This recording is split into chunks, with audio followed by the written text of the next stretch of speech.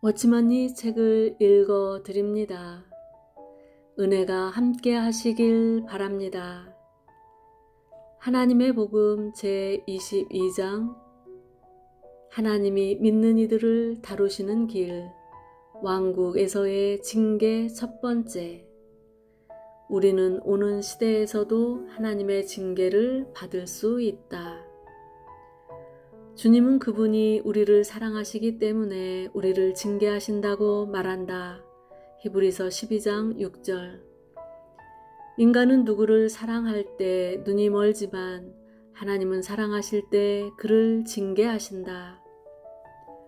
사람은 누구를 사랑하면 느슨하게 행동하지만 하나님은 사랑하실 때 진지하시다.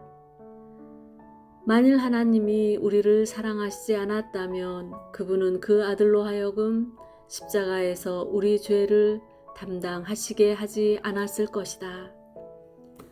이와 마찬가지로 만일 하나님이 우리를 사랑하시지 않는다면 그분은 결코 우리를 징계하지 않으신다. 하나님의 징계하는 사랑은 그분이 아들을 보내사 십자가에 못 박히게 하심으로 구속을 이루신 그 사랑과 동일하다. 그분의 사랑이 있기에 우리를 대신하여 죽으심이 있고 그분의 사랑이 있기에 우리를 징계하시는 것이 있다. 그리스도인은 누구나 하나님의 징계와 하나님의 은혜가 상충되지 않는다는 것을 안다. 하나님의 징계는 하나님의 은혜를 나타낸다. 일단 사람이 구원을 받으면 다시 멸망하지 않지만 그렇다고 해서 그가 하나님의 징계를 받지 않는다는 뜻이 아니다. 그러나 문제는 하나님의 징계가 이 생에만 있는지 아니면 내세에도 있는지에 있다. 아마 어떤 사람은 이 문제에 관해 한 번도 생각해 본 적이 없을 것이다. 오늘 우리는 이 점을 자세히 보기로 하자. 성경은 하나님의 징계가 이 생에만 있지 않고 내세에도 있음을 우리에게 보여준다.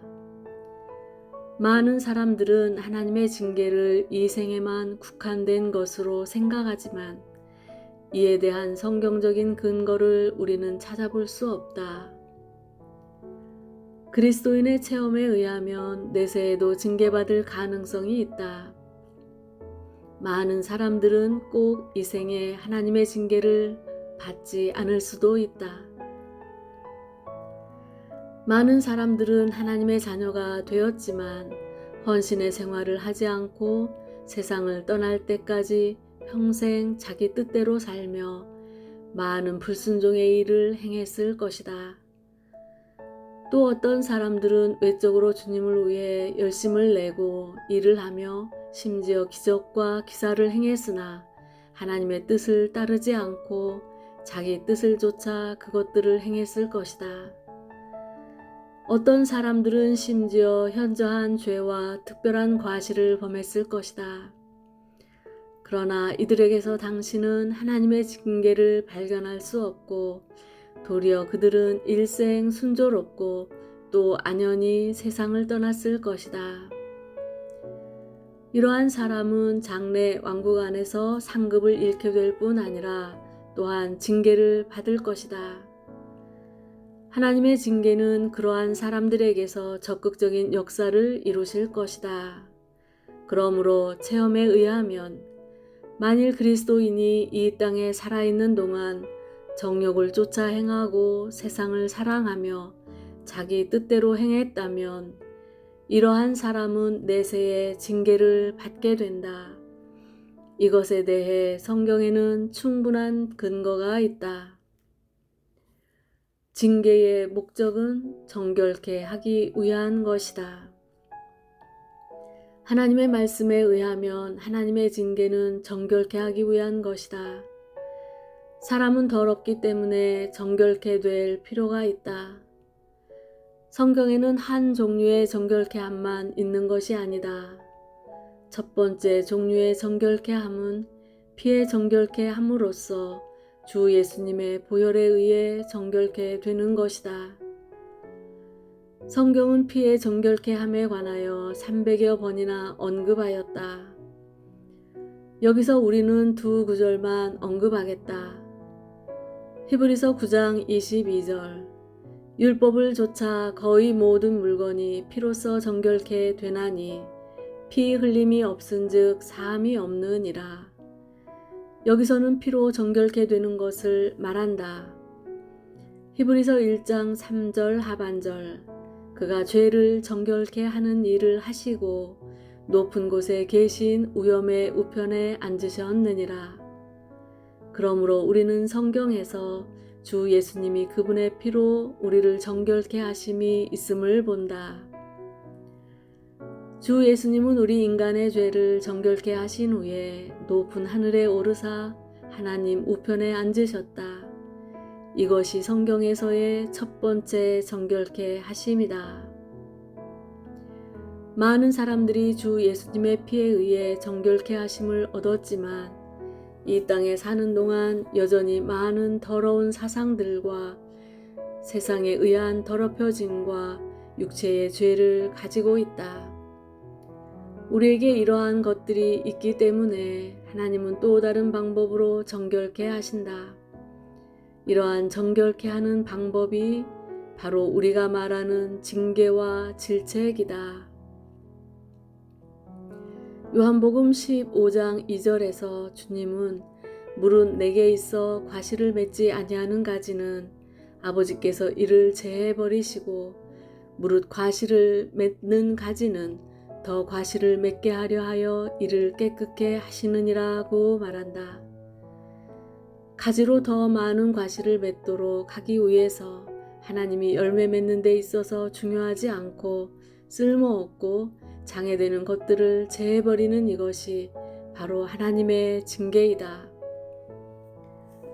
그러므로 하나님의 징계의 목적은 우리를 파괴하기 위한 것이 아니라 우리가 더 영광을 얻고 거룩해 되고 우리 앞에 놓인 의를 얻기에 합당하게 되도록 우리를 온전케 하는 것이다. 여기서 우리는 하나님의 말씀 안에 있는 두 노선, 곧 두 종류의 정결케 하심을 본다. 첫 번째 종류는 주 예수의 피에 정결케 하심이고 두 번째 종류는 환경과 가정과 건강과 사업에 있어서 하나님이 우리에게 주신 정결케 하심이다. 만일 당신이 합당치 않은 것을 행하고 끊어버려야 할 것을 끊어버리지 않는다면 당신의 몸과 환경에 하나님의 징계의 손이 임할 것이다. 내세에서의 정결케 하심. 이제 문제는 하나님의 이러한 정결케 하시기 위한 징계가 이 생에만 있는 것인지 또는 내세에도 있는 것인지에 관한 것이다. 만일 당신이 성경을 읽는다면 죽음이 결코 사람을 바꿀 수 없음을 알 것이다. 성경 전체에서 죽음이 우리를 바꾼다고 말한 곳을 볼 수 없다. 우리는 장래에 우리가 하나님과 영원히 함께 있게 될 것임을 안다. 영원 안에서 주와 같이 될 것이다. 우리는 주의 거룩하심과 같이 거룩해 될 것이다. 그러나 오늘 우리는 우리가 주의 거룩하심과 같이 거룩하다고 말할 수 있는가? 우리는 우리가 영원 안에서 주와 함께 거하기에 합당하다고 말할 수 있는가? 물론 주 예수님의 피가 우리를 정결케 하고 우리의 범죄가 정결케 된 것은 사실이다. 그러나 주관적으로 우리의 체험에서 그리스도께서 우리 안에 살고 계시는가? 우리는 부활한 그리스도께서 우리 안에서 살아 나타나시도록 했는가? 오늘날 우리의 생활과 영원 안에서의 생활은 완전히 다르고 거리가 먼 것일 수도 있다. 오늘날 우리는 주님의 거룩과 공의와 영광에 너무나 합당치 않을 것이다. 오늘날 많은 그리스도인들이 죄와 더러움으로 가득하다. 여기에 한 가지 문제가 있게 된다. 즉, 오늘 우리가 좋지 않다면 어찌 내세에 좋을 수가 있으며 이 생에 완전하지 않다면 어찌 내세에 완전할 수 있겠는가? 그렇다면 이 변화는 대체 어디에서 일어나게 되는가? 당신에게는 변화를 위한 시간이 필요하다. 오늘 당신이 완전하지 않고 그날에 가서 완전하게 된다면 그러한 변화는 어디에서 이루어지는가? 영혼 안에 들어갈 때 당신은 새 예루살렘에서 하나님과 및 어린 양과 함께 있게 되는데 그때 당신은 하나님이 빛 가운데 계신 것 같이 빛 가운데 있게 될 것이다. 이러한 변화는 언제 이루어지는가? 사람들의 사상은 죽은 후에 이러한 변화가 이루어진다고 말한다. 그러나 성경에서 우리는 육신의 죽음이 우리를 거룩해 한다는 것을 볼 수 없다. 500~600년 전에 이러한 교리를 전했던 사람이 있었다. 그러나 성경에는 죽음이 사람을 변화시킨다는 말이 없다. 만일 죽음이 그리스도인을 변화되게 할 수 있다면 그 죽음은 구원받지 않은 사람도 변화되게 할 수 있다. 그러나 죽음은 결코 사람을 변화시킬 수 없다. 게으른 종은 부활할 때에도 여전히 게으르고 미련한 처녀는 깨어날 때에도 여전히 미련한 것이다. 그들의 깨어남은 그들의 게으름과 미련함을 변케 할 수 없었다. 사람이 이 생에서 변화되지 못하고 죽음도 사람을 변케 하지 못하는데 새 하늘과 새 땅에서 바뀔 수 있다면 그 변화는 어느 때에 발생하는가? 성경은 내세에 또 한 가지 징계가 있는데 그 징계가 우리를 정결케 되도록 씻는다는 것을 보여준다. 하나님의 종들 중에 내세에 질책받을 사람이 있다. 내세의 징계에 관하여 우리는 누가복음 12장 45절부터 48절을 보기로 하자.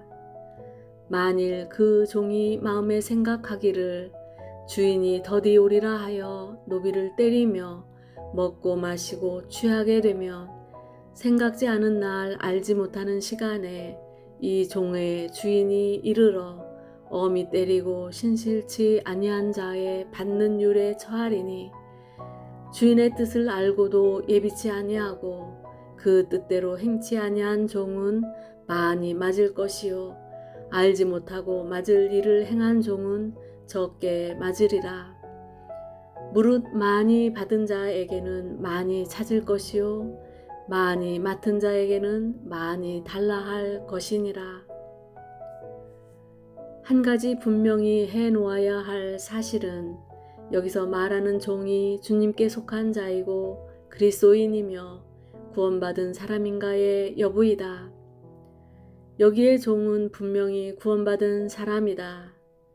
내가 이렇게 말하는 근거는 어디에 있는가? 첫째로 신약에서 하나님은 그분께 속하지 않은 사람을 그분의 종으로 삼지 않으셨다. 구약에서는 사람들이 먼저 종이 되고 그 다음에 아들이 되었기 때문에 구약에는 구원받지 않은 종이 있을 수 있다. 그러나 신약에서는 순서가 뒤바뀌었기 때문에 하나님의 아들이 아닌 자는 결코 하나님의 종 될 자격이 없다. 신약에서는 모든 종이 다 하나님의 아들이다. 그렇기 때문에 여기서 말하는 종은 분명 구원받은 자이다. 둘째로 윈 문장의 42절은 45절부터 48절에서 말한 종이 구원받은 사람임을 증명한다. 42절부터 46절은 이렇게 말한다. 주께서 가라사대 지혜 있고 신실한 청시기가 되어 주인에게 그 집 종들을 맡아 때를 따라 양식을 나누어 줄 자가 누구냐? 주인이 이를 때에 그 종에 이렇게 하는 것을 보면 그 종이 복이 있으리로다. 내가 참으로 너희에게 이르노니 주인이 그 모든 소유를 저에게 맡기리라. 만일 그 종이 마음에 생각하기를 주인이 더디 오리라 하여 노비를 때리며 먹고 마시고 취하게 되면 생각지 않은 날 알지 못하는 시간에 이 종의 주인이 이르러 엄히 때리고 신실치 아니한 자의 받는 율에 처하리니 이 질책은 이 생의 것인가 내 생의 것인가. 이 생각지 않은 날 알지 못하는 시간은 언제를 가리켜 말한 것인가. 주인이 올 때를 가리켜 말한 것이다. 이것은 장래의 일이다. 주 예수님은 종된 자가 충성스러울 수도 있고 그렇지 못할 수도 있다고 말씀하신다. 충성스럽지 못한 종에 대해서는 주인이 오셔서 그에게 상을 주지 않으실 뿐 아니라 그의 죄를 심판하시고 또한 엄한 질책을 하시게 된다. 47절과 48절의 말씀은 46절에 근거한 것이다. 주님께 속하고 주님의 일을 하는 우리가 장차 당하게 될 일들은 무엇인가?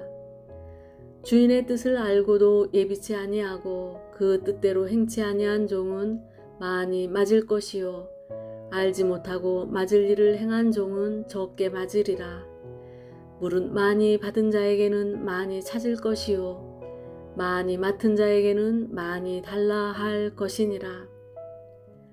알지 못한 사람은 매를 맞지 않는다고 말하지 않고 적게 맞는다고 말했다. 어쨌든 매는 피할 수 없다. 하나님의 말씀이 있기 때문에 그분은 알지 못한 사람을 용서하실 수 없다. 아는 사람은 하나님 앞에서 책임을 져야 하겠지만 알지 못한 사람이 매를 맞을 일을 행한다면 그는 매를 맞기는 맞아도 남보다 적게 맞을 것이다. 많이 받은 자에게는 많이 찾고 많이 맡은 자에게는 많이 달라고 하는 이것이 하나님이 장래 질책하시는 원칙이다. 누가복음 12장 47절과 48절은 장래 그리스도인들이 하나님 앞에서 받을 질책을 결정해 준다. 나는 여기서 은혜의 복음을 전하고 있다. 사람이 한번 구원받으면 영원히 구원받는 이것은 누구도 전복시킬 수 없는 사실이다. 그러나 구원받은 후 우리의 행위가 그리스도인으로서 합당치 않다면 장래 우리는 질책을 받게 된다. 나는 말씀을 전하는 사람으로서 성경에서 말한 것을 전파할 뿐 성경이 무엇을 말해야 하는가에 대해서 책임지지 않는다. 오늘날 많은 사람들은 그리스도인들이 왜 장래의 질책을 받게 되느냐고 묻는다. 이에 대하여 나는 모른다. 주님께 가서 물어보라. 나는 다만 성경이 말한 것을 말할 뿐이다.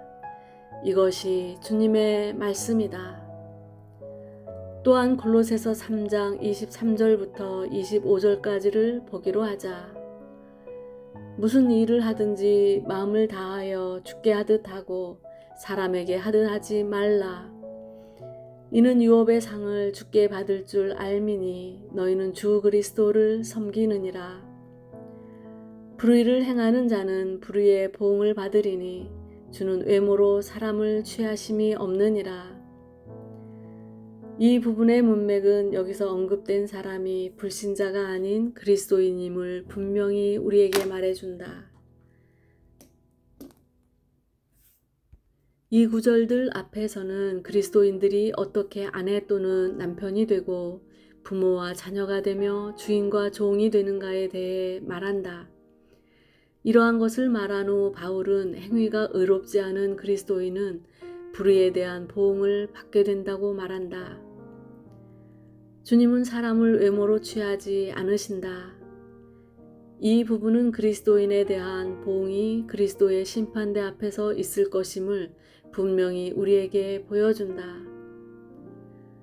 만일 오늘 우리가 불의를 행한다면 그날 우리는 불의의 보응을 받게 된다. 만일 오늘 우리가 의를 행한다면 또한 의의 보응을 받게 된다. 그러므로 당신은 장래 그리스도인이 어떤 처벌과 질책도 받지 않는다고 말할 수 없다. 우리는 장래 우리 몸으로 행한 것에 따라 보응을 받게 된다. 더 나아가서 우리는 고린도후서 5장 10절을 보기로 하자. 이는 우리가 다 반드시 그리스도의 심판대 앞에 드러나 각각 선악간에 그 몸으로 행한 것을 따라 받으려 함이라. 성경을 읽는 사람은 누구나 그리스도의 심판대가 공중에 있다는 것을 안다. 그러므로 심판대 앞에 서 있는 사람들은 다 휴거된 사람들이다. 어떤 사람이 휴거되는가? 성경에서 볼 때 오직 그리스도인만이 휴거되고 그리스도인이 아닌 자는 휴거되지 않는다. 구원받지 않은 하나님의 자녀가 아닌 사람들은 그러한 심판을 받을 자격이 없다. 이 심판은 하나님의 집에서의 심판이다. 이 구절은 장래 그리스도의 심판대 앞에서 우리가 어떤 일을 당하게 될 것인가를 말해준다. 그분은 각 사람의 몸으로 행한 것을 따라 그들에게 보응하실 것이다. 각 사람은 이 땅에서 사는 동안 그 몸으로 행한 것을 따라 선악간의 보응을 받게 된다. 만일 당신이 몸으로 선을 행하면 선한 보응을 받게 되고 몸으로 악을 행하면 악한 보응을 받게 된다. 하나님의 말씀은 행함이 합당한 사람은 심판대 앞에서 상급을 얻게 되고 합당치 않은 사람은 상급을 잃게 되며 또한 악한 보응을 받게 됨을 우리에게 분명히 보여준다. 장래 심판이 있기 때문에 성경에는 사람들이 장래 긍휼하심을 얻을 수 있도록 사도가 기도한 것이 있다. 디모데후서 1장 18절 원컨대 주께서 저로 하여금 그날에 주의 긍휼을 얻게 하여 주옵소서. 또 저가 에베소에서 얼만큼 나를 섬긴 것을 내가 잘 아느니라. 여기서 바울은 오네시보로라는 사람이 그날의 긍휼을 얻기 원한다고 말했다. 그리스도인이 심판대 앞에 설 때 기껏해야 상급을 얻지 못할 뿐이고 형벌과 징계는 받지 않을 것이라고 말하는 것은 잘못된 것이다. 바울은 이렇게 말한 듯하다. 나는 오네시보로가 주님의 심판을 받을 때 긍휼하심을 얻기 원한다.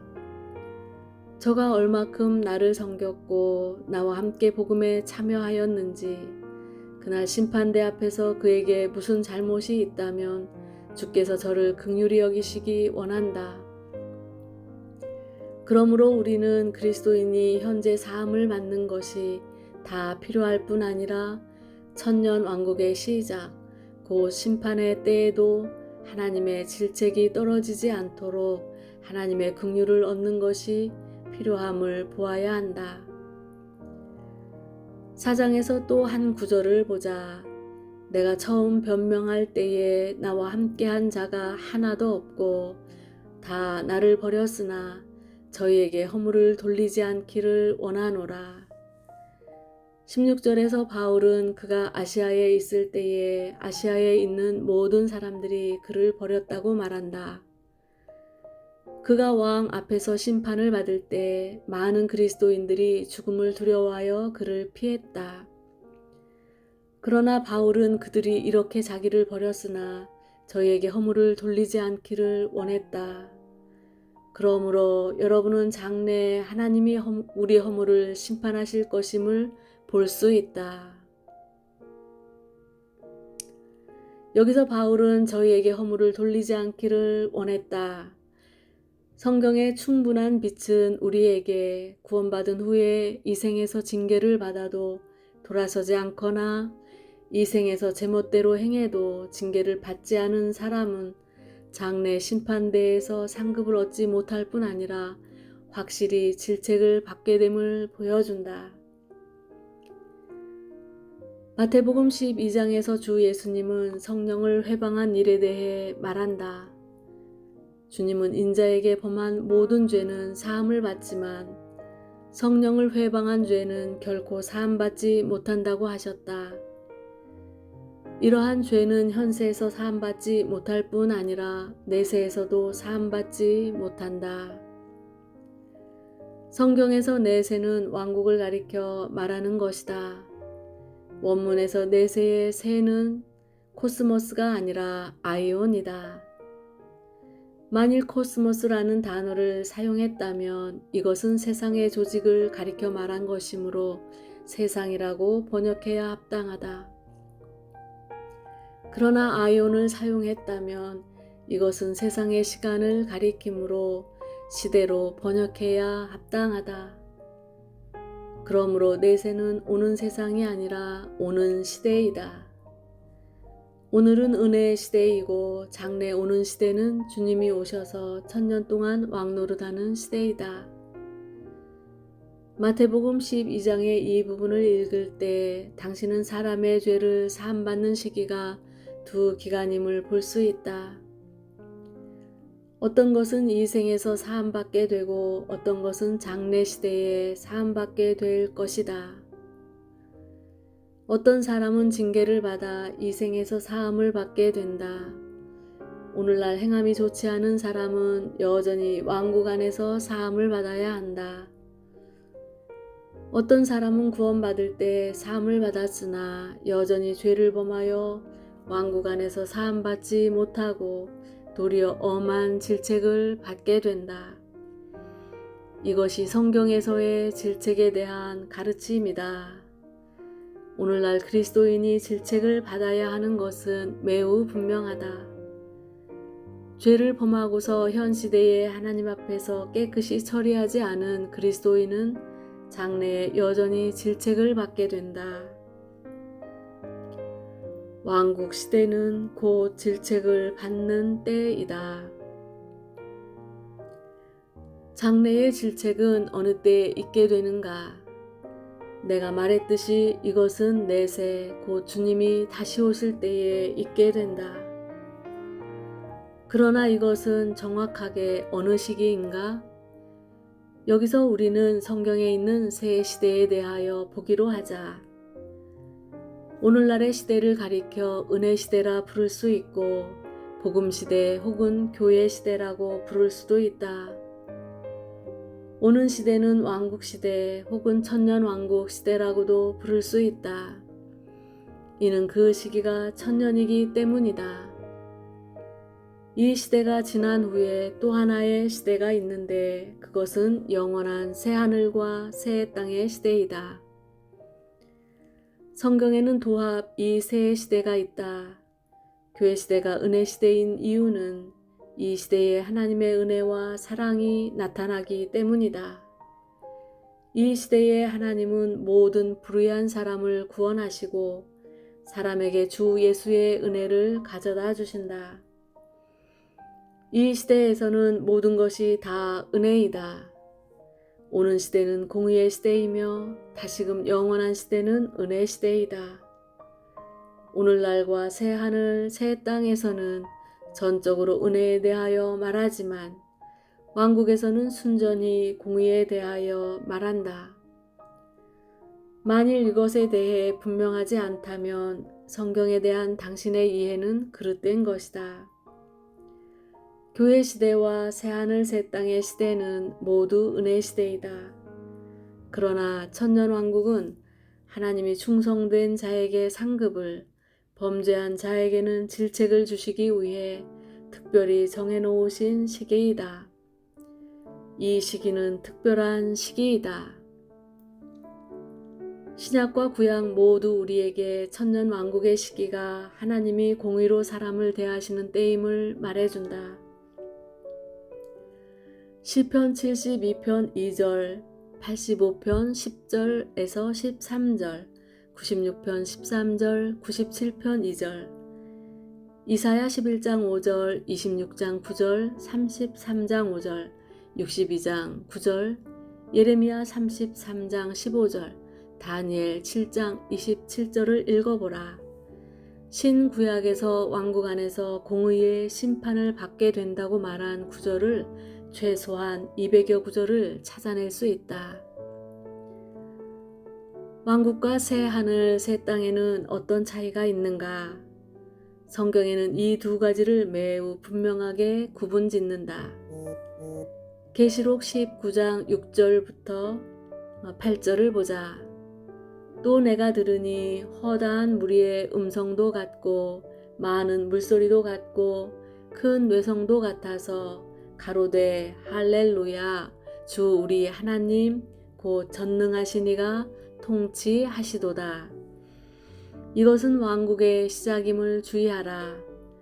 우리가 즐거워하고 크게 기뻐하여 그에게 영광을 돌리세. 어린 양의 혼인 기약이 이르렀고 그 아내가 예비하였으니 그에게 허락하사 빛나고 깨끗한 세마포를 입게 하셨은즉 이 세마포는 성도들의 옳은 행실이로다 하더라. 이 구절들은 신부에게 세마포 옷이 주어졌다고 말한다. 비록 주어진 것이지만 거기에는 의가 있다. 세마포 옷은 믿는 이들의 옳은 행실이다. 원문에서 여기에 의는 행함이 있는 의로서 능동적인 행함의 뜻이 들어있기 때문에 이것은 우리 자신의 의이다. 20장 4절부터 6절을 보기로 하자. 또 내가 보자들을 보니 거기 앉은 자들이 있어 심판하는 권세를 받았더라. 또 내가 보니 예수의 증거와 하나님의 말씀을 인하여 목배임을 받은 자의 영혼들과 또 짐승과 그의 우상에게 경배하지도 아니하고 이마와 손에 그의 표를 받지도 아니한 자들이 살아서 그리스도로 더불어 1000년 동안 왕노릇하니 그 나머지 죽은 자들은 그 1000년이 차기까지 살지 못하더라. 이는 첫째 부활이라. 이 첫째 부활에 참여하는 자들은 복이 있고 거룩하도다. 둘째 사망이 그들을 다스리는 권세가 없고 도리어 그들이 하나님과 그리스도의 제사장이 되어 1000년 동안 그리스도로 더불어 왕노릇 하리라. 이 구절들은 다스릴 사람들이 어떤 사람들이고 그리스도와 더불어 1000년 동안 왕노릇할 사람들이 어떤 사람인지를 우리에게 알려준다. 왕국은 모든 사람을 위한 것이 아니라 오직 순교자들을 위한 것이며 사단과 적그리스도를 거절한 사람들을 위한 것이다. 이러한 사람들만이 1000년 동안 왕노릇 할 수 있다.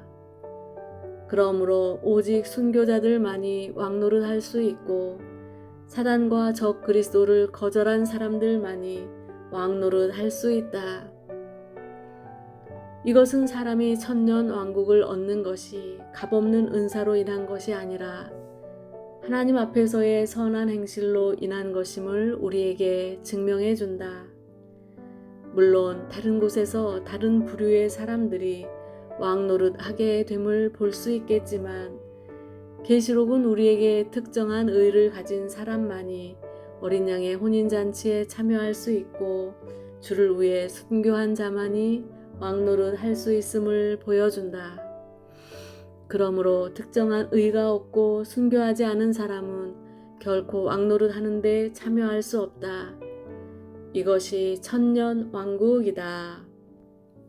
새 하늘과 새 땅의 시대. 여기서 계시록 21장 1절부터 7절까지를 보기로 하자. 또 내가 새 하늘과 새 땅을 보니 처음 하늘과 처음 땅이 없어졌고 바다도 다시 있지 않더라.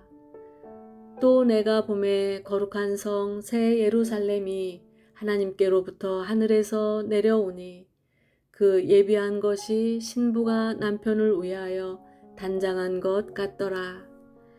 내가 들으니 보좌에서 큰 음성이 나서 가로되 보라 하나님의 장막이 사람들과 함께 있음에 하나님이 저희와 함께 거하시리니 저희는 하나님의 백성이 되고 하나님은 친히 저희와 함께 계셔서 모든 눈물을 그 눈에서 씻기심에 다시 사망이 없고 애통하는 것이나 곡하는 것이나 아픈 것이 다시 있지 아니하리니 처음 것들이 다 지나갔음이러라. 보좌에 앉으신 이가 가라사대 보라 내가 만물을 새롭게 하노라 하시고 또 가라사대 이 말은 신실하고 참되니 기록하라 하시고 또 내게 말씀하시되 이루었도다. 나는 알파와 오메가요 처음과 나중이라. 내가 생명수 샘물로 목마른 자에게 값없이 주리니 이기는 자는 이것들을 유업으로 얻으리라. 나는 저희 하나님이 되고 그는 내 아들이 되리라. 계시록 19장과 20장에서 말한 왕국과 21장에서 말한 새 하늘 새 땅은 그 묘사에 있어서 완전히 다르다. 왕국에 대해 말할 때 여러분은 사람이 무엇을 했다는 것을 볼 수 있다. 그러나 새 하늘 새 땅에 대해 말할 때 사람이 무엇을 했다는 것을 볼 수 없다. 21장을 1절부터 계속 읽어갈 때 당신은 모든 것을 하나님이 하셨음을 본다. 하나님은 그분이 모든 것을 새롭게 하였다고 말씀하신다. 하나님은 이전의 하늘과 땅이 다 지나가고 바다도 더 이상 있지 않다고 하셨다. 이 모든 것을 하신 분은 하나님이시다. 하나님이 장막이 사람들 가운데 임하게 될 것이고 그분은 우리와 함께 거하시며 우리는 그분의 백성이 될 것이다. 그분은 친히 우리와 함께 계시고 우리의 하나님이 되실 것이다. 하나님은 모든 눈물을 그 눈에서 씻기실 것이며 사망이 없고 애통하는 것이나 곡하는 것이나 아픈 것이 다시 있지 않을 것이다. 이 모든 것들은 다 지나갔고 모든 것이 새롭게 되었다. 하나님은 이 모든 말이 믿을 만한 것이라고 하신다. 하나님은 그분이 알파요 오메가라고 하셨다. 여기에서 사람은 어떠한 지위도 없다.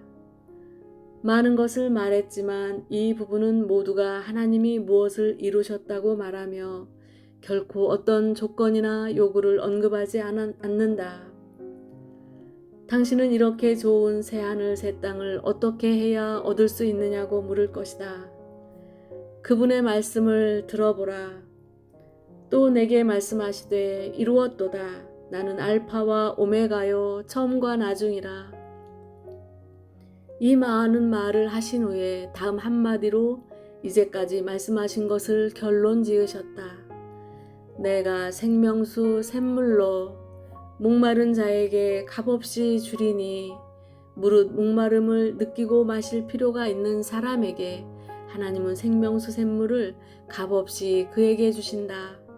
이것이 바로 은혜이다. 은혜는 값없이 당신에게 생명수 샘물을 마시게 하는 것이다. 새하늘과 새 땅은 은혜에 속한 것이다. 나는 알파와 오메가요 처음과 나중이라. 새하늘과 새 땅은 순전히 그분이 당신에게 주신 것이다. 다음 구절은 이렇게 말한다. 이기는 자는 이것들을 유업으로 얻으리라. 여기서 요한이 말한 이기는 자는 어떤 사람들인가? 여기서 말한 이기는 자는 계시록 시작에 있는 7 교회에게 보낸 서신에서 말한 이기는 자와 다르다. 여기서의 이기는 자는 세상 사람과 구별되는 그리스도인을 가리켜 말한 것이지 일반 그리스도인과 다른 종류의 그리스도인을 가리켜 말한 것이 아니다. 계시록 3장에 이기는 자는 그리스도인으로서 다른 그리스도인들 가운데서 이기는 자를 가리키고 계시록 21장에 이기는 자는 세상에 있는 사람들 가운데서 이긴 그리스도인을 말한다. 어떻게 해야 생명수의 강물을 마실 수 있는가? 믿음을 통해서이다. 믿는 자는 이것을 얻을 수 있다. 값없이 생명수 샘물을 마시려면 믿어야 한다. 우리로 세상을 이기게 하는 것은 우리의 믿음이다. 모든 그리스도인은 세상 사람과 비교해 볼 때 다 이기는 자이다. 그러나 그리스도인끼리 비교해 본다면 그들 중에 많은 패배가 있을 것이다. 세상 사람과 비교할 때 하나님 앞에서 우리가 가지고 있는 믿음이 그들에게는 없기 때문에 우리는 다 이기는 자이다. 무릇 생명수 샘물을 마신 이기는 자는 이것들을 유업으로 얻게 되고 하나님은 그들의 하나님이 되며 그들은 하나님의 아들들이 된다. 22장은 또 새 하늘과 새 땅을 언급한다. 1절부터 5절. 또 저가 수정같이 맑은 생명수의 강을 내게 보이니 하나님과 및 어린 양의 보좌로부터 나와서 길 가운데로 흐르더라. 강 좌우에 생명나무가 있어 12가지 실과를 맺히되 달마다 그 실과를 맺히고 그 나무 잎사귀들은 만국을 소성하기 위하여 있더라. 다시 저주가 없으며 하나님과 그 어린 양의 보좌가 그 가운데 있으리니 그의 종들이 그를 섬기며 그의 얼굴을 볼 터이요 그의 이름도 저의 이마에 있으리라. 다시 밤이 없겠고 등불과 햇빛이 쓸데없으니 이는 주 하나님이 저희에게 비추심이라. 저희가 세세토록 왕노릇 하리로다. 새 예루살렘 성에 있는 한 가지 중요한 항목은 바로 생명수의 강이다. 이 생명수의 강은 하나님과 어린 양의 보좌로부터 흘러나왔다. 생명수이기에 생명나무가 있고 거기서 생명의 과실이 자라 나오는 것이다. 계시록 22장에 이르러서 모든 것을 다 말한 후에 한 가지 강조한 것이 있는데 바로 생명수의 강물이다. 이 생명수의 강은 성을 감돌며 흐른다. 어떻게 우리는 이 생명수의 강물을 누릴 수 있는가? 계시록 끝 부분에 이르러서 왕국이 지나가고 교회 시대도 지나갔을 때 17절은 이렇게 말한다. 성령과 신부가 말씀하시기를 오라 하시는도다. 듣는 자도 오라 할 것이요 목마른 자도 올 것이요 또 원하는 자는 값없이 생명수를 받으라 하시더라. 바꾸어 말하면 그 때에는 모든 사람이 새 하늘과 새 땅에 온 것으로 인해 환영받는다는 것이다. 새 하늘과 새 땅에는 하나의 보좌가 있는데 보좌 아래에는 하나의 강이 있고 이 강은 하나님으로부터 나오며 보좌를 그 근원으로 삼는다. 이것이 새 하늘과 새 땅의 중심이다. 왕국에서는 어린 양의 이름을 한 번도 언급하지 않은 반면에 새 하늘과 새 땅에서는 여러 번 어린 양의 이름을 언급했다. 하나님과 및 어린 양의 보좌, 주 하나님 곧 전능하신 이와 및 어린 양이 그 성전이심이라. 어린 양이 그 등이 되심이라. 새 하늘과 새 땅에서 어린 양을 언급했다는 것은 그 때가 은혜 시대임을 증명한다. 계시록 끝 부분에서는 교회 문제나 왕국 문제나 환란의 문제를 언급하지 않고 다만 목마른 자는 누구나 와서 생명수 샘물을 값없이 마실 수 있다고 말한다. 이 말은 사람들을 새 하늘과 새 땅에 들어오도록 초청한다는 뜻이다. 그때 모든 것은 값없이 얻어질 것이다. 값없는 것은 은혜이다. 우리는 새 하늘, 새 땅과 왕국이 별개의 일임을 본다. 새 하늘과 새 땅은 우리에게 값없이 주어지는 것이다. 계시록의 이러한 가르침에 근거하여 새 하늘과 새 땅은 은혜로 사람을 대하는 것이고 왕국은 공의로 그리스도인을 대하는 것이라고 말할 수 있다. 그러므로 우리는 하나님께서 우리를 질책하시는 시기가 왕국 시대임을 인정하지 않을 수 없다. 새 하늘과 새 땅에서의 모든 것은 다 값없이 주어지게 된다. 여기서 우리는 오늘날의 문제와 장래 문제와의 관계를 본다. 만일 오늘 우리가 세상을 사랑하고 육체를 좇아 제멋대로 생활한다면 오는 시대에 하나님의 질책을 받게 된다. 그러나 만일 오늘 우리가 주님을 사랑하고 주님을 위해 모든 것을 버린다면 장래 하나님의 은혜와 상급을 얻게 될 것이다.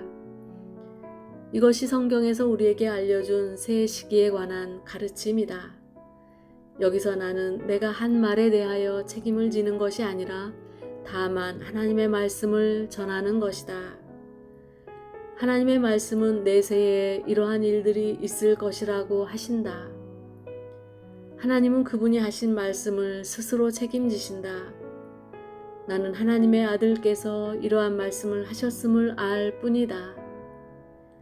오늘날 사람들이 영생을 누릴 수 있는 것은 사실이나 왕국은 하나님이 그분의 자녀들을 다루시는 때이다. 만일 오늘 당신이 제멋대로 생활한다면 장래의 징계를 받게 될 것이다. 그러므로 우리에게는 영원 안에서의 확고함이 있지만 일시적인 위험도 있는 것이다. 우리에게 새 하늘과 새 땅의 확고함이 있지만 또한 왕국에서의 위험도 있다. 왕국 안에서 우리는 심한 형벌과 중한 질책을 받게 될 수도 있다. 구원받는 문제는 주 예수님의 역사로 인한 것인 반면에 상을 얻는 문제는 당신의 행위로 인한 것이다. 구원은 주 예수님의 행위로 인한 것이고 상을 얻는 것은 당신의 행위로 인한 것이다. 당신이 하나님 앞에서 그분의 뜻을 조차 행하고 자신의 뜻을 조차 행하지 않았다면 상급을 얻게 된다. 우리가 얻은 은혜를 귀히 여기고 하나님께 경고를 받아 왕국의 상급을 추구하게 되기를 바란다. 아멘.